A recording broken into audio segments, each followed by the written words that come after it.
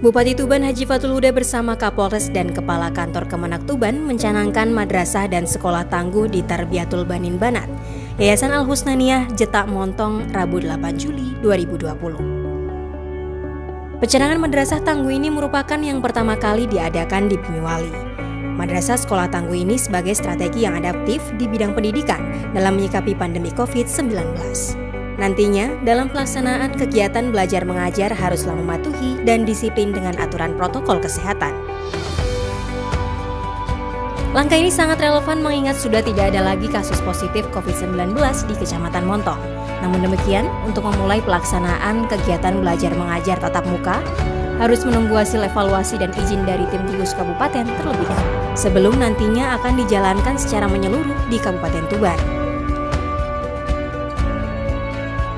Pemkab Tuban juga telah melakukan pembahasan terkait aturan dan teknis operasional sebelum nantinya sekolah dibuka kembali. Lebih lanjut, Dinas Kesehatan, Puskesmas, serta gugus tugas tingkat kecamatan dan desa diinstruksikan untuk aktif berkoordinasi dengan pengasuh pesantren maupun madrasah. Di samping itu, kebutuhan kesehatan primer seperti masker, obat, dan vitamin harus didata dan dicukupi. Para tenaga pengajar juga harus melakukan rapid test sebelum kembali beraktivitas di sekolah. Bupati berharap komitmen dalam pencanangan madrasah tangguh harus benar-benar dapat diwujudkan, bukan sekedar seremonial saja. Dalam pelaksanaannya nanti harus benar-benar mengacu protokol kesehatan, seperti penggunaan masker, penataan dan pensterilan ruang kelas secara rutin, juga penyediaan fasilitas cuci tangan. Kita ini tidak boleh terjebak dengan adanya kasus corona, sehingga tidak melakukan kegiatan apapun, termasuk juga di bidang pendidikan ini. Maka supaya bisa melakukan aktivitas harus ada sekolah yang tangguh. Nah, yang kita harapkan ini tangguh betulan, bukan hanya sekedar tangguh, dikatakan istilah tangguh. Nah, supaya tangguh itu maka yang harus diperhatikan adalah protokol kesehatan. Masuk bagaimana bisa menjaga jarak, pakai masker. Ini yang kita harapkan. Jangan sampai nanti ini ada klaster dari sekolah-sekolah. Nanti kita evaluasi, dan sekarang kan belum juga waktunya masuk sekolah. Nanti operasionalnya nanti akan dikoordinasikan lebih lanjut. Sejauh mana kira-kira kesiapan sekolah yang akan memasukkan muridnya ini. Ya saya himbau, karena sering terjadi itu adalah dari tutor, dari guru. Maka guru-guru ini yang sekiranya kesehatannya itu mencurigakan itu di rapid test.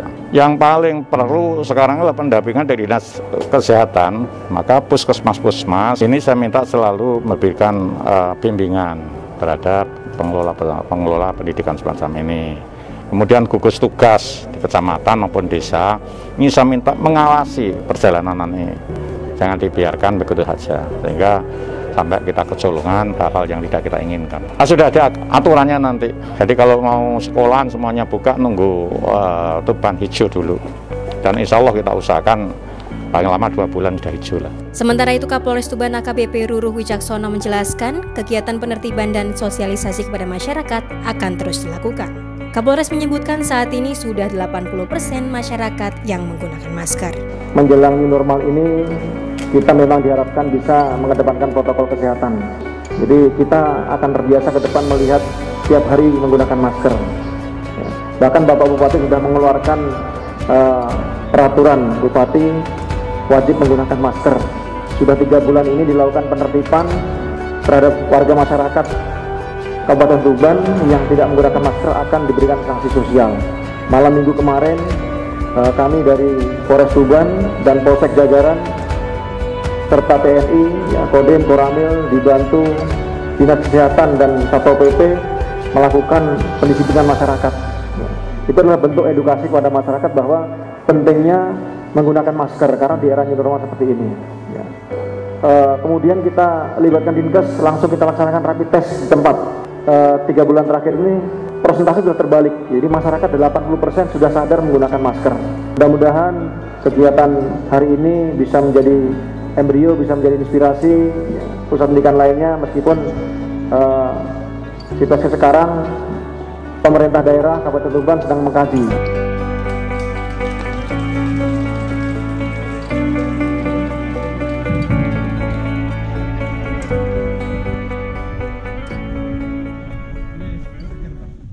Alhamdulillah pagi hari ini saya bisa silaturahim di sekolah saya.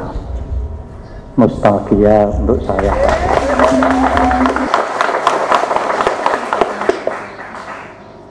Ketika saya sekolah di sini, gedungnya belum seindah seperti ini. Dan santri-santrinya, murid-muridnya juga belum cantik dan ganteng seperti ini. Masih kusi-kusi. Karena waktu itu tidak ada air. Nah, airnya ngambil dari jauh. Jadi mandi itu tidak selalu tiap hari, Pak Zahid. Ya, bisa 1 minggu sekali mandi itu dulu. Saking gobloknya waktu itu. Saya berikan apresiasi yang setinggi-tingginya atas acara sekarang ini, yaitu pembentukan sekolah tangguh yang luar biasa. Tidak tahu ini latihannya berapa hari kok bisa luar biasa ini. Saya ini ketua gugus tugas kabupaten. Yang namanya rompi aja tidak pernah diberi. Di sini malah diberi, kan luar biasa ini. Dan tadi baik maras maupun tari-tarian, ternyata sekolah pinggiran Pak Nur Hamid tidak kalah dengan sekolah kota. Ini karena yang ngurus ketua yayasannya Tanggih, bukan hanya ketua yayasan, tapi beliau juga DPRD Komisi 2. Bapak Ibu sekalian yang saya hormati, sekolah tangguh. Ini kenapa harus tangguh? Sabda beliau Rasulullah Sallallahu Alaihi Wasallam, al muslimu qawi ahabbu indallah minal muslimid dhaif.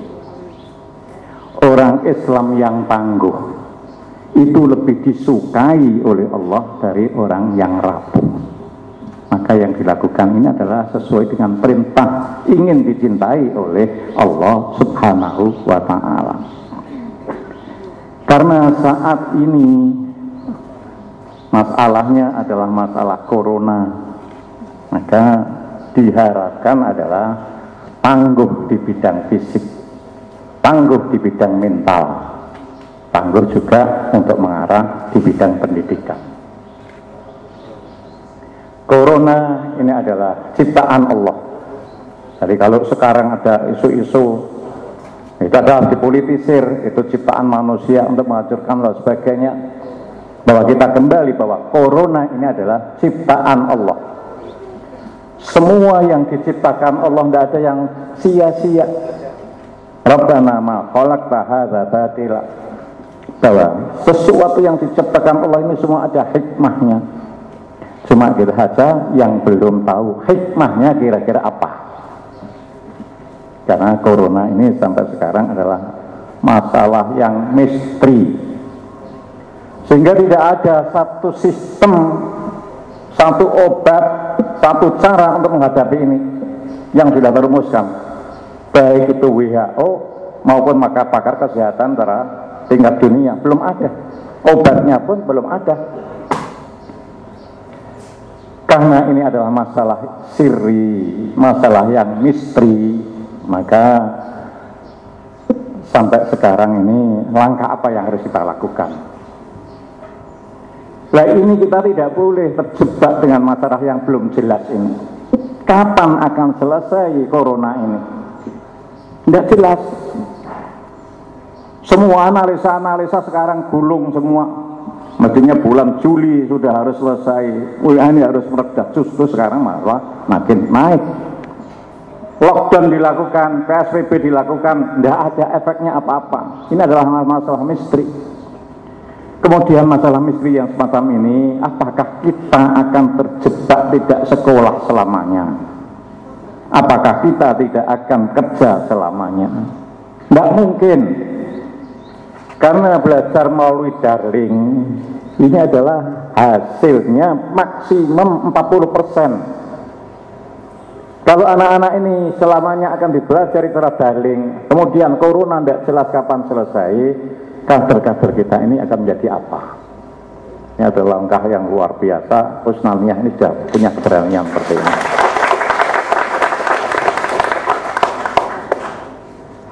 Maka sekarang kalau sudah punya tekad semacam ini, kita harus ngambil jalan yang tawasud.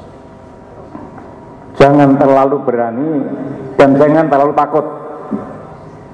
Kalau kita terlalu berani, kalau ada resiko pasti akan menjadi berita dunia. Sekarang seperti Gontor yang sudah kena aja, sekarang lockdown lagi. Tapi Pondok Derajat terlalu berani, nggak usah menggunakan protokol kesehatan. Boleh saja seperti itu kalau orangnya sudah sakti. Karena orang itu ada yang makomnya asbab, ada yang makomnya tajrid. Kalau makom asbab seperti kayak ini adalah segala sesuatu harus diusahakan. Kalau makom tajrid itu adalah tanpa usaha semuanya sudah dijamin oleh Allah. Kita ini kan tidak tahu makom kita ini makom apa. Makom kita kan masih makom wali murid, kembali yang sebenarnya. Nah ini maka harus ambil jalan tawasud. Jalan tawasud ya, pertama gunakan protokol kesehatan. Tadi sampaikan Pak Kapolres harus pakai masker. Tapi masker ini untuk ibu-ibu, untuk adik-adik perempuan ini, semakin pakai masker semakin modis. Iya, coba kalau pakai masker, umpama punya gigi gondrong, giginya tidak kelihatan. Umpama hidungnya itu pesek, ketutupan kan tidak ada kelihatan. Jadi ada kekurangan itu kalau pakai masker. Ini diteruskan terus semakin corona tidak ada. Karena ya apa yang kurang cantik akan semakin jadi cantik. Itu kan umpamanya pipinya dia kempong, dia tua kayak saya ini, pakai masker kan tidak kelihatan. Ini ya kalau jadi biasa, sekalipun tidak ada corona, memang ini ada sehat. Tapi kalau ada semacam itu maka akan menjadi kebiasaan yang baik, baik dipandang mata maupun itu dari substansinya. Kemudian yang selanjutnya saya sampaikan tawasud tadi, protokol kesehatan tadi saya sampaikan ke yayasan bahwa yang masuk ini adalah hanya sekian persen dari ini harus betul-betul dijaga. Dan bukan ingin seperti montong. Artinya dalam waktu dekat kita harus hijau. Saya sering rumpi dengan Pak Kapolres ini. Karena kalau saya rapat biasanya itu banyak ngomongnya sampai berjam-jam, tapi actionnya belum tentu. Maka pagi-pagi Pak Kapolres saya WA tadi, Pak nanti kita jagungan makan-makan nanti. Lain hari minggu depan makan-makan. Kan di sini lebih efektif daripada kita rapat. Dari pertemuan saya dengan Pak Kapolres itu akhirnya kan ada sistem zigzag. Yang ini ada kalau diterapkan saya yakin 1 bulan untuk Bang Daisu. Nah, Daisu. Ya Pak Bambang ya, Daisu. Tadi malam saya komunikasi dengan Kepala Rumah Sakit Tulungagung. Saya WA, Pak Dir, Tulungagung ini kok hebat ya. Dari 338 yang terpapar, 300 sembuh, yang 3 meninggal. Dan yang meninggal itu bukan karena corona. Yang meninggal itu rata-rata orangnya gemuk. Maka hati-hati ojo dari orang gemuk-gemuk. Loh ini bukan guyon ya. Kalau kita lihat foto dokter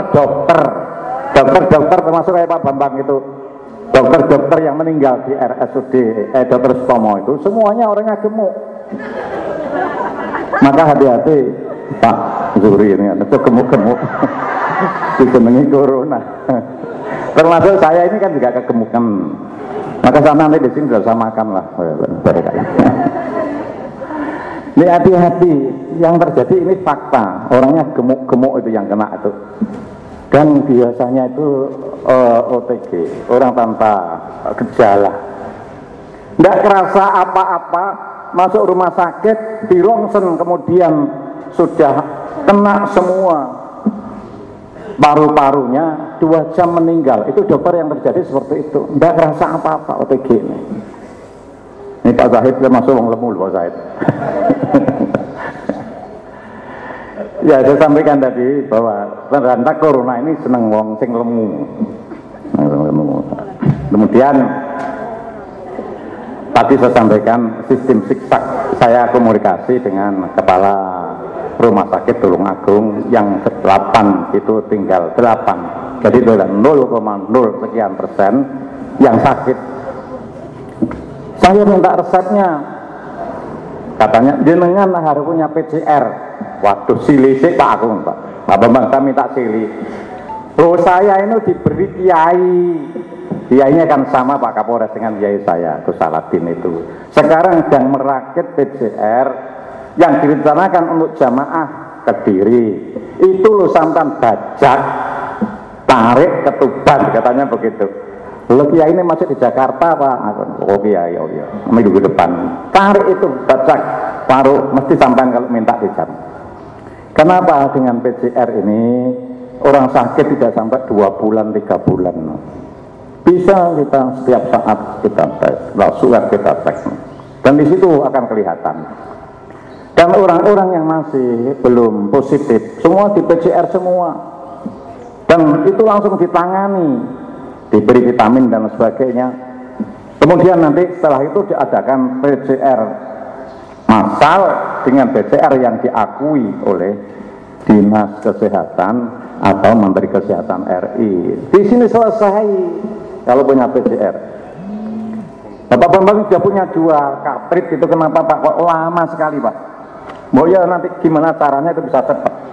Uang kita sediakan, ini caranya Pak nyundul itu bisa cepat. Untuk anunya kan alatnya kan sederhana sekali Pak Kapolres. Alat yang untuk ngetes TBC itu kita punya 2 ya Pak Bambang ya, punya 2. Itu hanya butuh kartrid saja, sudah lama. Itu kita tidak butuh pengakuan, yang penting kita tahu bahwa kalau kita sudah rapid itu langsung di tes, itu langsung kita isolasi, kita sembuhkan melalui obat-obat yang seperti yang Pak Kapolres bagikan itu, vitamin. Itu nanti dalam waktu dekat akan bisa sembuh.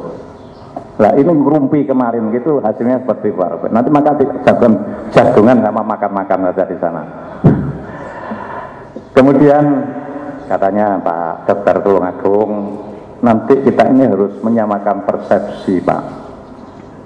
Ya tadi beliau persepsinya yang agak ngoboi, bahwa sesungguhnya kalau orang sudah kena itu adalah sudah imun, kena semua tidak apa-apa, tapi yang penting penanganan ini harus secepat-cepatnya.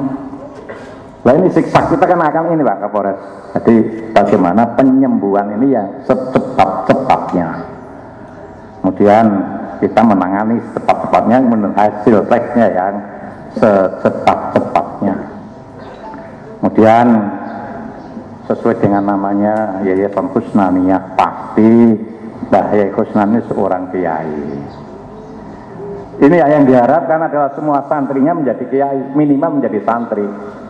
Santri punya kelebihan, selain usaha lahir ada usaha batin. Ya Mbak, sudah hafal sholawat Tibil Qulub? Sudah hafal Liqom Satun? Alhamdulillah. Sudah hafal Bismillahirrahmanirrahim sama. Alhamdulillah. Bapak-bapak wali murid sudah hafal semua ya. Didoakan anak-anak kita itu. Dan jangan pernah lupa selalu berdoa siang, malam, pagi. Ini dirutinkan. Karena masalah misteri tidak semuanya bisa diatasi dengan yang faktual. Pasti kita harus bersama-sama antara masalah misteri dengan masalah yang real. Dua-duanya harus sejalan. Dan itulah yang sering saya sampaikan, bahwa keberhasilan itu adalah manakala kita bisa menyatukan 2 itu, antara rasional dan spiritual. Yang terakhir, kita atau Pemkab Tuban selalu hadir. di pesantren, termasuk di sini di pendidikan agama. Ini pertama yang harus kita lakukan, yang saya minta dilakukan oleh semuanya yang kaitannya dinas kesehatan adalah mendirikan pembinaan bagaimana semua santri-santrinya ini, semua guru-gurunya ini paham tentang kesehatan. Maka saya minta nanti yayasan koordinasi dengan puskesmas tempat, dan puskesmas tempat saya minta aktif memantau pada pendidikan-pendidikan yang sudah aktif. Nomor satu. Nomor dua, kebutuhan minimum pesantren maupun pendidikan itu harus dicukupi. Kebutuhan minimum seperti masker, kemudian alat-alat seperti untuk semprot dan sebagainya. Dan untuk pemeriksaan terutama yang saya tekankan itu adalah para guru itu dirapit semua dulu, Pak. Para guru dirapit semua. Ya, karena kalau yang terjadi itu biasanya kan dari gurunya, Pak. Dari gurunya kemudian muridnya. Apalagi sekolahnya seperti ini. Sekolah ini kan masuk, keluar. Kalau sudah di karantina di pondok itu kan di situ orang tua tidak boleh masuk.